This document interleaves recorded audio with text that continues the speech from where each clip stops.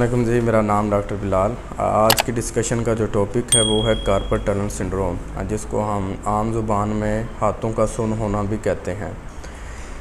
Carpal tunnel syndrome के अंदर अमूमन जो पेशेंट्स आते हैं वो कंप्लेन करते हैं कि जी हमारे हाथ जो हैं वो सुन्न हो रहे हैं। ख़ासकर इसमें फ़ीमेल की रेशो ज़्यादा होती है एज़ कम्पेयर टू मेल। इसमें फिर ये कंप्लेन करती हैं कि जो हमारे हाथ हैं वो रात के वक्त जो है वो सुन्न हो जाते हैं। जब वो सोती हैं तो मिड ऑफ नाइट जब कुछ टाइम गुज़र जाता है तो उनके जो हाथ हैं वो सुन्न होना स्टार्ट हो जाते हैं।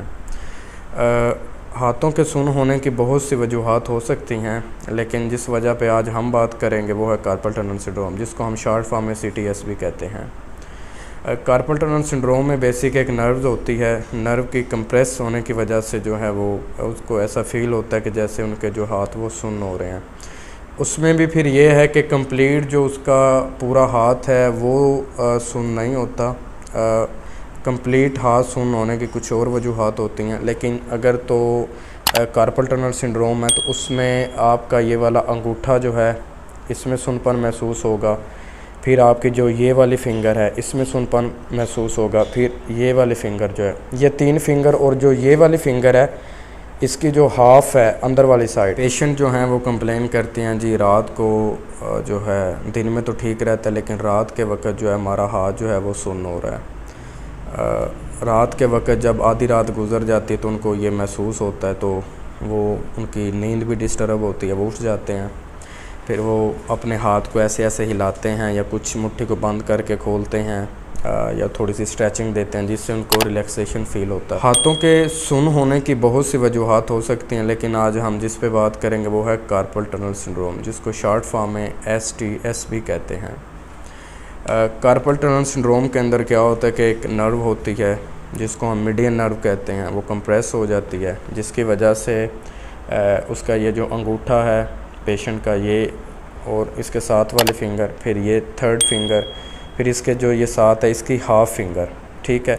इन तीनों के अंदर अगर वो पेशेंट जो है वो गौर से देखे तो उसका पूरा हाथ सुन्न नहीं हो रहा होता, बल्कि जो मैंने आपको बताया है इस रीजन के ऊपर जो है उनको महसूस होगा।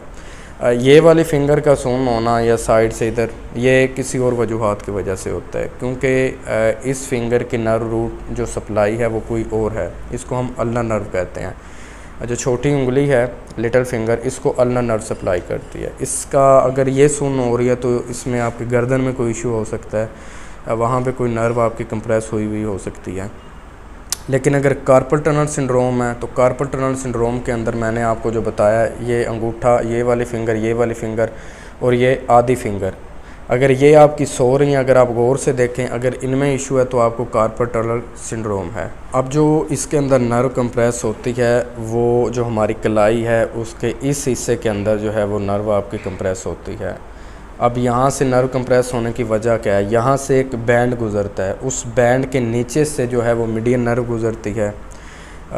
अब इस बैंड, ये बैंड किसी भी वजह से कंप्रेस कर सकता है नर्व को, जैसे कोई यहाँ पे कोई फ्लूइड हो जिसको हम एडिमा कहते हैं। इसके साथ साथ अगर कोई मोटा बंदा है, फैटी, उस पर फैट ज़्यादा है, ठीक है, उसकी वजह से भी हो सकता है। फिर प्रेग्नेंट वूमेन के अंदर हो सकता है, या फिर वो कोई ऐसा काम कर रहा हो जिसकी वजह से उसका हाथ बार बार इस पोजीशन के अंदर रहे। इस पोजीशन के अंदर रहने की वजह से यहाँ पे फोर्स आती है, जिसकी वजह से जो है उसको इशू बनता है। और ख़ासकर IT प्रोफेशनल जो हैं, जिन्होंने लैपटॉप यूज़ करना होता है या कंप्यूटर कीबोर्ड वो ज़्यादा यूज़ करते हैं, उनकी ये वाली पोजीशन बनी रहती है। काफ़ी देर के लिए वो इनको यूज़ करते हैं, जिसकी वजह से जो है यहाँ पे स्ट्रेस आता है और आपकी जो नर्व है वो कंप्रेस हो जाती है। इसके साथ साथ अगर हमारे जो डेंटल प्रोफेशनल हैं, जिन्होंने काम करना होता है, वो भी ऐसे पोजीशन में इसमें ज़्यादा देर वो रखते हैं। जो बार्बर हैं, उन्होंने कटिंग करनी होती है तो जब वो सीज़र को पकड़ते हैं तो वो भी ज़्यादातर इस पोजीशन में रखते हैं। या कोई भी ऐसा काम जिसमें आप अपने हाथ को इस पोजीशन के अंदर रखते हैं तो फिर आपकी जो मीडियन नर्व है वो कंप्रेस हो सकती है। ये इसकी वजूहात में से चंद वजह। ये तो सारी वो कंप्लेन है जो हमें पेशेंट बताता है। अब जो डॉक्टर पेशेंट को असेस करता है तो वो क्या चीज़ें नोट करता है जिससे डायग्नोज जो है वो कंफर्म हो जाता है। डॉक्टर जो है वो आपका देखते हैं कि ये जो एक अंगूठे के पास आपका एक उभार सा बना हुआ है, ठीक है, ये उबार जो है बैठ जाता है, जिसको हम वेस्टिंग कहते हैं, कि यहाँ से जो उबार बना हुआ है इसकी वेस्टिंग हो जाती है, बिल्कुल फ्लैट हो जाता है। एक ये भी इसकी इलामत है। फिर ये होता है कि जब आप डॉक्टर के पास जाते हैं, डॉक्टर एक टेस्ट परफॉर्म करता है, वो आपके हाथ को ऐसे करके रखेगा कुछ देर के लिए।